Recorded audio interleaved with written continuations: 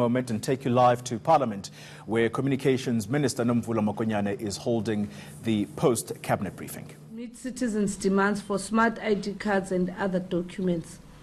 Furthermore, President Cyril Ramaphosa handed over 443 title deeds to beneficiaries of the Franklin Housing Project. This is part of the restoration program to ensure beneficiaries experience the full benefits of owning a house and are able to access the formal property market.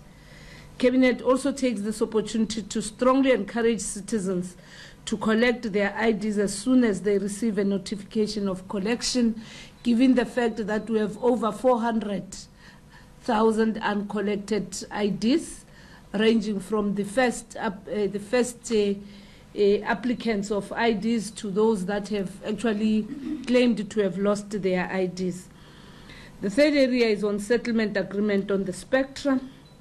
Cabinet welcomes the settlement agreement reached in the matter involving the invitation to apply for the allocation of high-demand spectrum. This provides policy certainty in the information and communication technology sector. The settlement agreement is in line with President Cyril Ramaphosa's call to initiate the process for the allocation of high-demand radio spectrum licensing. In further contributing to the implementation of the National Integrated ICT Policy White Paper, interested parties have until the 8th of November 2018 to provide written inputs on the proposed policy and policy direction to the authority. The fourth area is around South Africa's first small-scale fisheries cooperatives. Cabinet welcomes South Africa's small-scale cooperatives in the fishing sector, namely the Port Nolloth and Ondelklep Bay cooperatives in the Northern Cape, which were launched by the Minister of Agriculture, Forestry and Fisheries, Mr. Senzeni Zogwana. The launch marks the implementation of the small-scale fisheries policy. The fishing rights give dignity to local fishermen who have been fishing illegally, in that they are now protected for the first time. The two small-scale fishing communities who will be benefiting from this policy have received basic training on cooperatives and have been assisted to register cooperatives for the purpose of applying for the 15-year fishing rights. The fifth area is on the tax season. Cabinet commends the close to 3 million taxpayers who have filed their tax returns, of which over half were submitted through e-filing. On the 31st October 2018, the tax season will be closing for non-provisional taxpayers and for those provisional taxpayers who opt to file at a South African Revenue Service branch. Provisional taxpayers who opt to file their returns through e-filing have until the 31st of January 2019 to do so.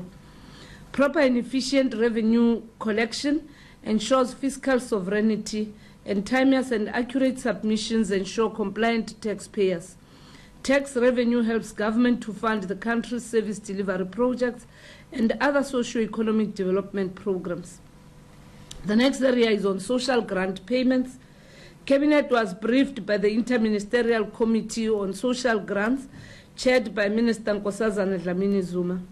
As of the 1st of October 2018, more than 10 million beneficiaries were paid using either of these platforms: the South African Post Office Post Bank, Green Road Bank, as well as merchants such as Boxer, Shoprite and Pick n Pay.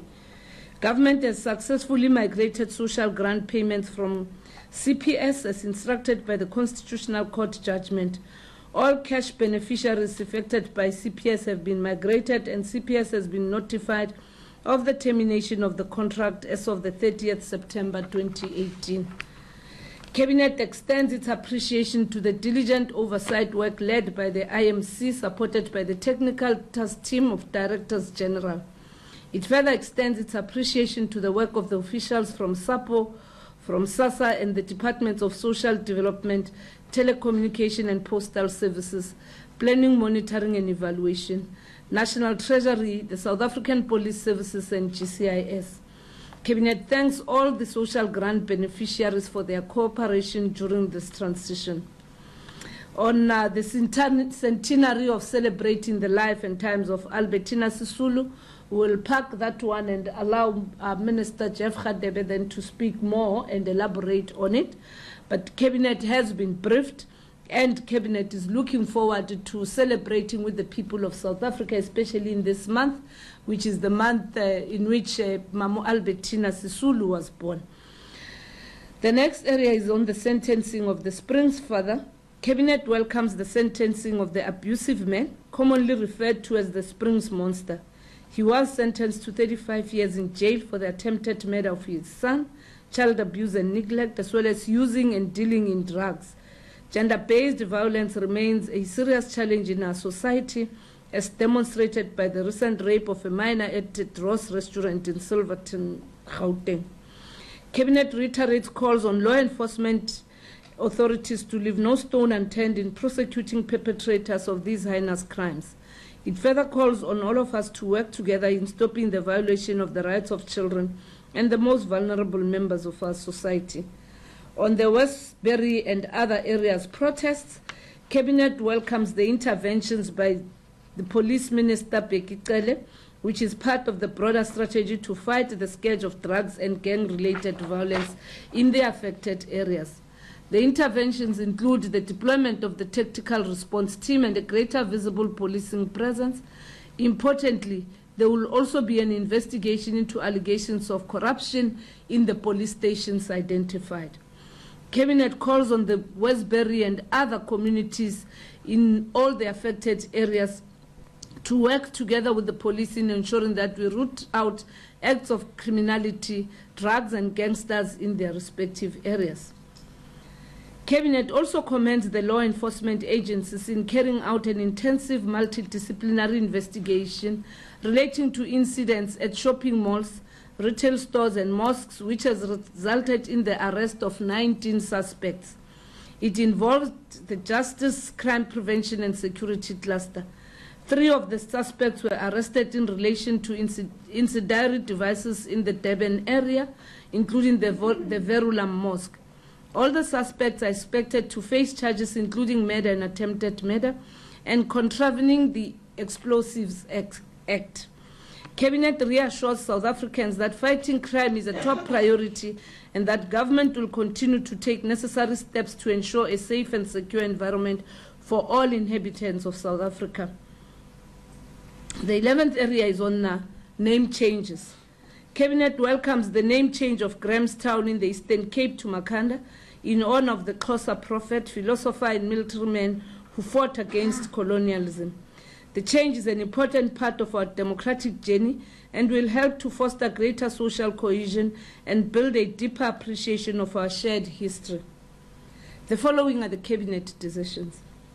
Cabinet approved a revised delivery model on the implementation of the Broadcast Digital Migration Program.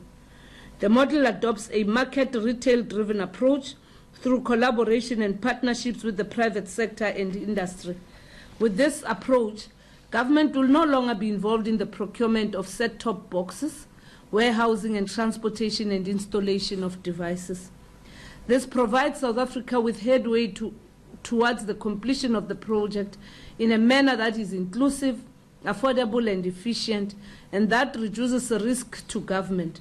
This will push digital viewership migration to the 85% threshold and beyond towards switching off all analog broadcasts. Cabinet also approved South Africa's Common Core document, which will be deposited with the United Nations.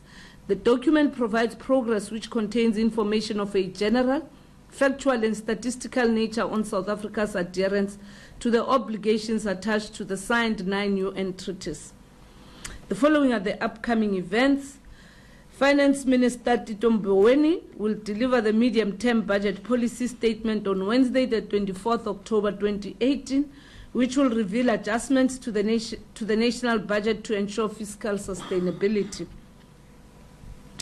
This year's Transport Month will emphasize the importance of transport infrastructure, such as the maritime, aviation, rail and road sectors as enablers of economic growth. Cabinet calls on the public to use public transport and actively implement road safety initiatives throughout the year. We all have to use this month to celebrate and restore the culture of lift clubs when traveling to work to reduce congestion in our roads. Road safety on our roads remain a challenge, and drivers and pedestrians should also use public roads responsibly. The following are the messages. On congratulatory remarks, South Africa's radio telescope Meerkat will be joining Breakthrough Listen, an international initiative that is seeking signs of intelligent life in the universe. It demonstrates our internationally recognized expertise and infrastructure. South Africa's 64-dish Meerkat radio telescope, inaugurated in July this year, is the most sensitive telescope of its kind in the world. Cabinet congratulates the team of researchers from Wits University who performed a historic and successful liver transplant from an HIV-positive mother to her HIV-negative child. The team of doctors included Professor Jean Botha, Dr. Francesca Conradi, Dr. Harriet Etheridge, Dr. June Fabian, and Professor Caroline Timerson. Cabinet also congratulates the people of Equatorial Guinea on their 50th independence celebration. South Africa has enjoyed full diplomatic relations with the Republic of Equatorial Guinea since the 5th of May 1993. On condolences, Cabinet extends its condolences to the family, friends, and colleagues of the late Environmental Affairs Minister Bomu Edna Mulewa. Minister Mulewa distinguished herself in many capacities and causes, from her contribution to our liberation to fighting for the equality of women in society. She was also a national and global champion for the environmental integrity of a sustainable planet which can be shared and enjoyed by all. Cabinet also sends its condolences to the government and the people of Indonesia. Government has already pledged its support where necessary, and Cabinet commends the South African aid workers who are involved in relief efforts in the Indonesian island of Sulawesi, which was hit by an earthquake and tsunami. Cabinet also extends condolences to the family and colleagues of Ms. Rowena Baird, who passed away this week. Ms. Baird was a renowned radio journalist and personality. The following are the appointments. All appointments are subject to verification of qualification and relevant clearance. The appointments were on International Trade Administration Commission with Dr. F. Ismail as the chairperson and an additional 8 members who have been appointed: Mr. B. Mukhatle, Mr. T. Van Mieles, Mr. E.D. Flock, Mr. P. Mbiko, Mr. J.C. De Beer, Ms. V.N. Nwaiba, Ms. W. Sihlobo, and Ms. A.V. Hlachwayo. One of those who has been appointed has been put in abeyance until other issues that are related to the qualifications are verified and are endorsed by the individual as well as the relevant authorities. That brings us to the end of the cabinet brief, but I would invite Minister Jeff Khadebe then to come in and share with us on the cabinet's approved program to celebrate the life and times of Umamu Albertina Nontsikelelo Sisulu. Thanks. If we could invite Ntsiki to come and join us. Thanks, Minister of Communications, my cabinet colleague, Nomvula Mokonyane. I hope you have recovered. I'm trying. Trying, my sister. Representatives of the Sisulu family, Ms. Nontsikelelo Sisulu, members of the media. Mama Albertina Nontsikelelo Tetiwe was born on the 21st of October 1918 in the village of Kamama in the Eastern Cape. On Sunday, the 21st of October, our country will be celebrating what would have been Ma Sisulu's 100th birthday under the theme Albertina Sisulu, a woman of fortitude. This is in recognition of a lifelong struggle for freedom and democracy that was underpinned by courage, discipline, integrity, and the love for her country. Ma Sisulu's life was characterized by service with high levels of integrity and dignity. She was a health worker who never wavered from her values as a caring, professional nurse and midwife. She led with humility as she fought for the human rights of others, never tiring in her pursuit for equality and justice for all. In commemorating Ma Sisulu's centenary, all spheres of our government including the private sector, hosted several events across the country.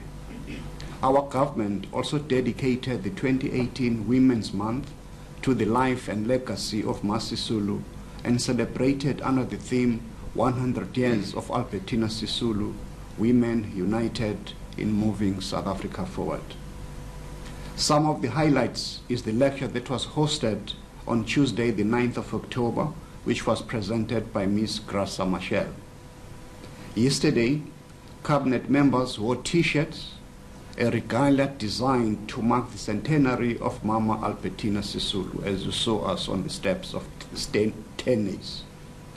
Portion of the proceeds from the T-shirts will go to the Albertina Sisulu Bursary Fund for nurses. Call to action. As we move towards what would have been 100 years birthday of Masisulu, Cabinet calls on all our people to honor her memory by embracing her spirit, by volunteering at primary health care centers, at crashes, and regularly visiting those in our community that are in need for help and support. In her words, in my family, Ubuntu was a case of action, not words. Let us all awaken the Masisulu spirit in all of us and encourage especially younger generation to carry that baton in continuing the legacy of Masisulu.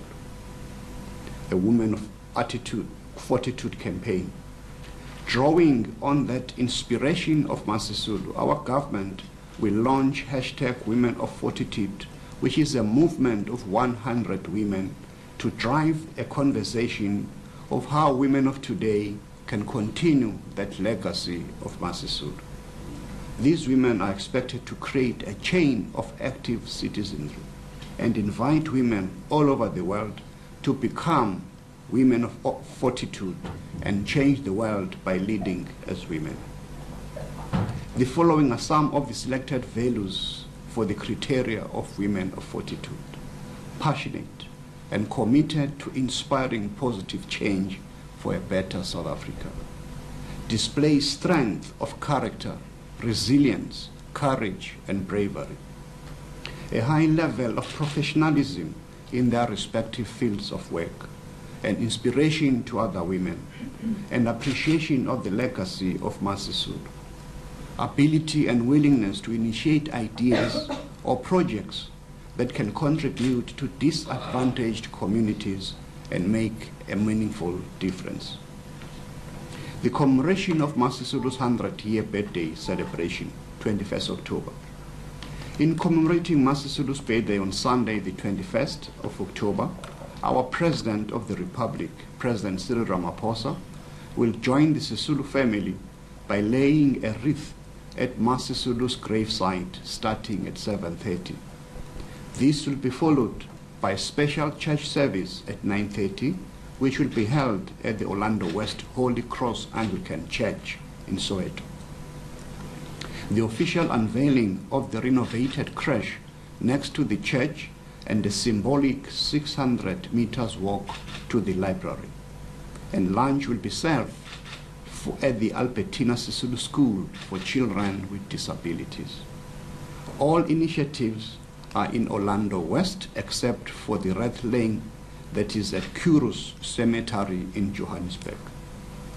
On the same day, our government urges all South Africans and the world to join our President and the Sisulu family in a national prayer honoring that life and legacy of this great stalwart.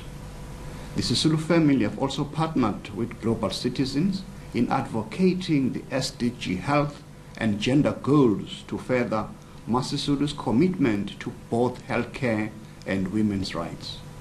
A comprehensive program of activities will be placed on the government website www.gcis.gov.za. Let us join the conversation, #Masisulu100.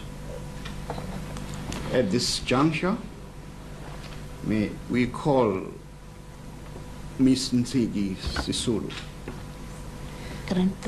the granddaughter who has taken not only the name for the legacy.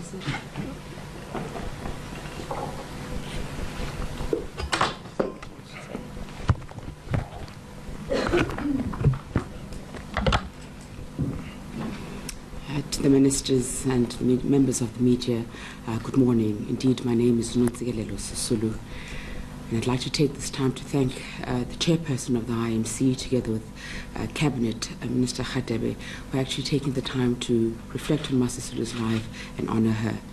Incidentally, on the day that she was buried, in Noordgesig, a strike was intended.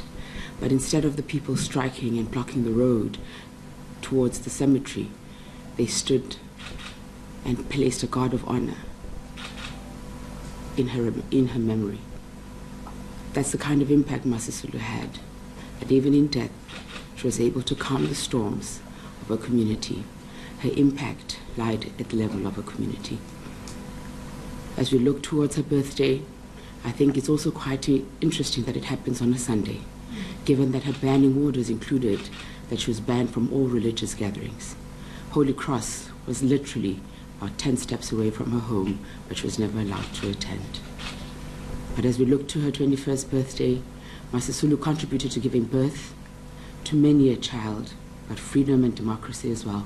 And perhaps for us as a family, what's really important is the question of what is it that each of us are going to give birth to. And perhaps the challenge is give birth to something that makes South Africa great. Thank you. Thank you very much, ministers and Ziggy. Can we allow for questions, and maybe let's start in Pretoria. Willie, do you have any questions from Pretoria? Good morning, and good morning to the honorable ministers and guests. From Pretoria, we don't have questions this year. Thank you.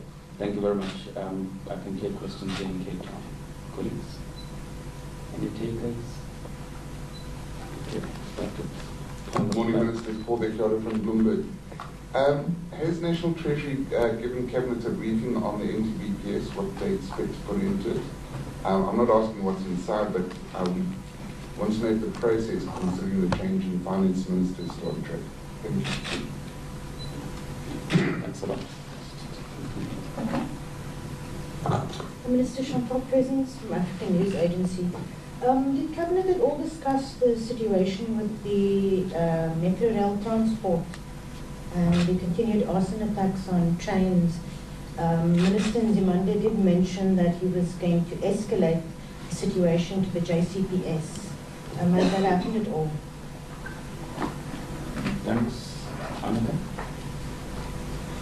Good morning, Annika Larson here from ENCA. Just a question as to whether, if a cabinet minister has been found to have lied under oath in a judicial construct, whether they will face any censure. Thank you. And then I'll take those two hands at the back, Tabo and Kulu. Oh, your hand is done. Okay. I'll take those. Good morning. I'm Manilisi Tubasa from the SABC.